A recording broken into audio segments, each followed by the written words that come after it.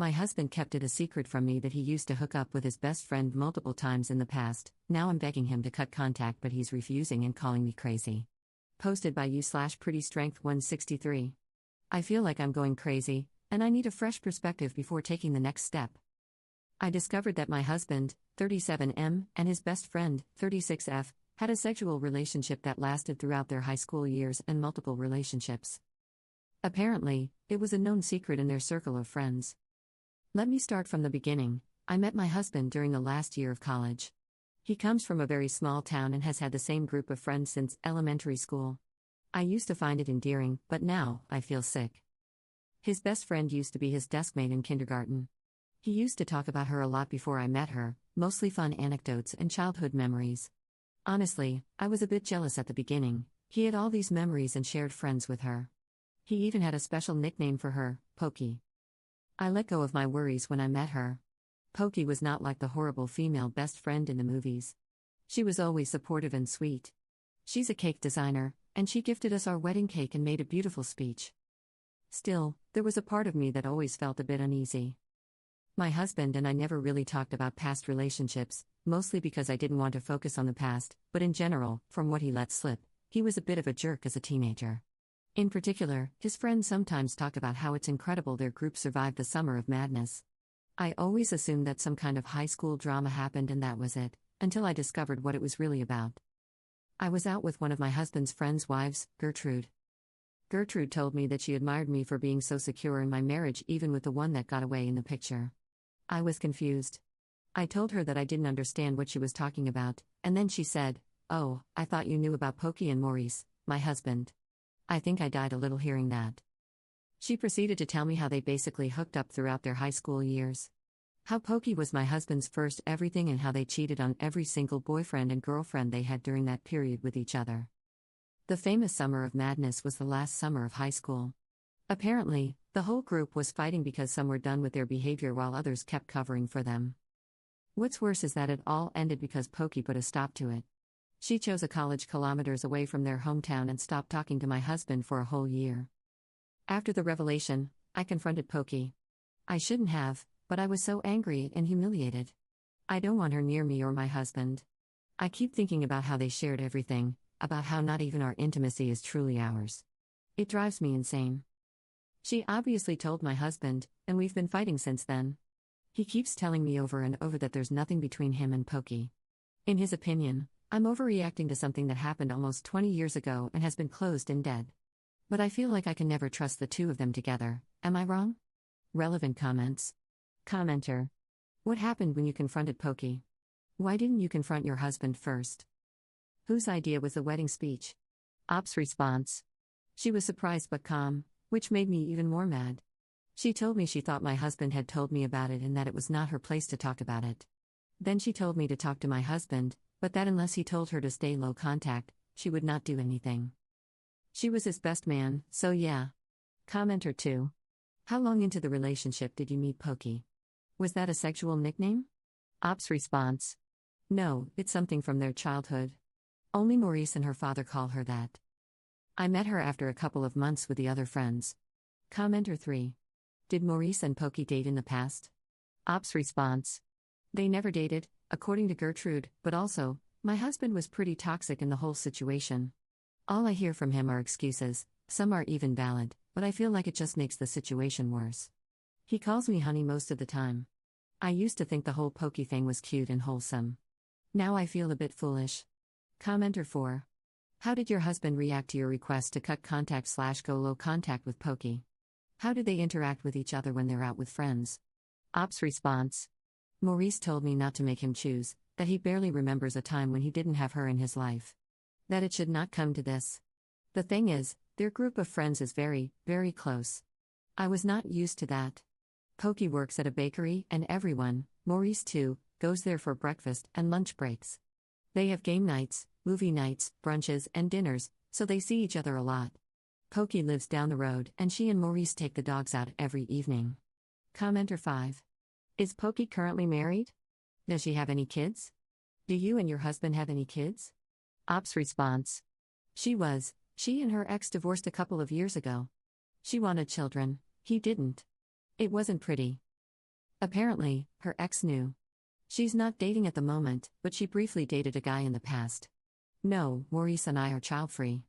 Op adds an edit to her post. Okay, so a lot of people are asking me why I got angry at Pokey and not my husband. First, I am angry at Maurice.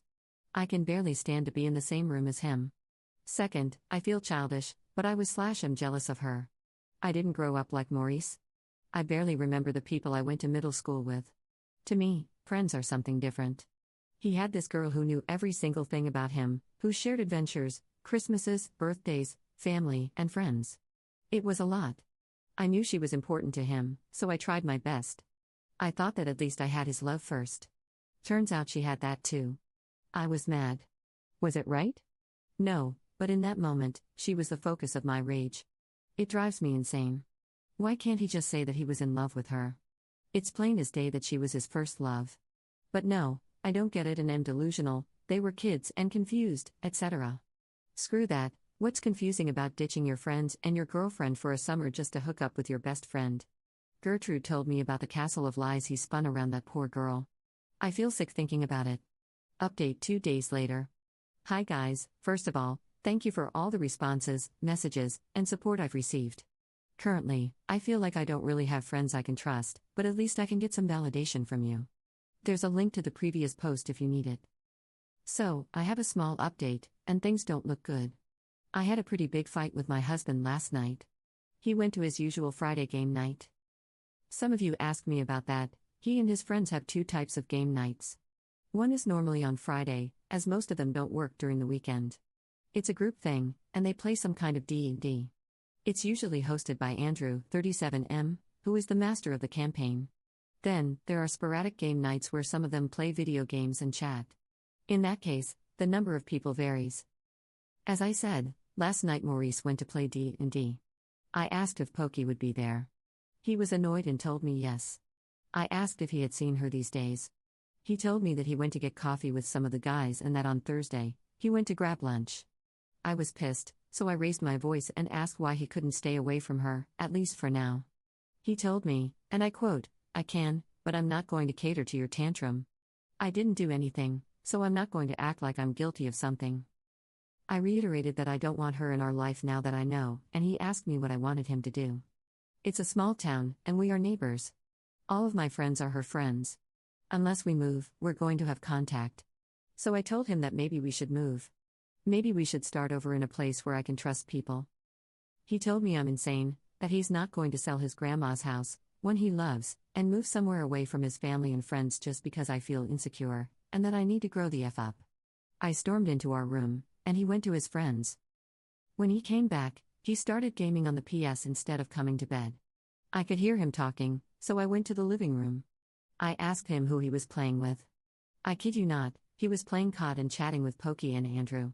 He had just been with her a couple of hours before. I asked him to come to bed.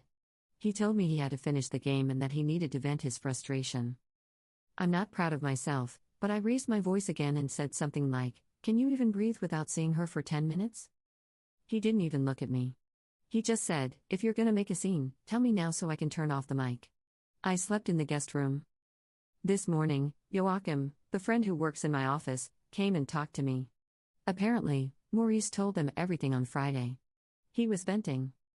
He told me that Gertrude thrives on drama and that's why she opened that can of worms.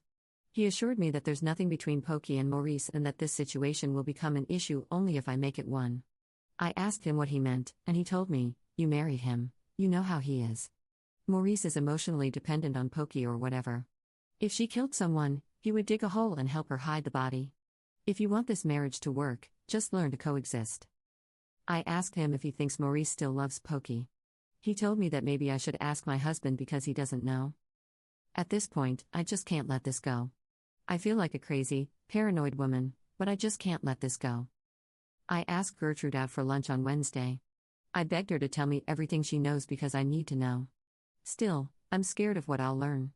Second update 10 days later. Hello, everyone, thank you for the messages and the chats many of you sent me. Thank you for checking on me. I'm sorry I didn't reply sooner and for updating so late, but I needed time to think and sort myself out.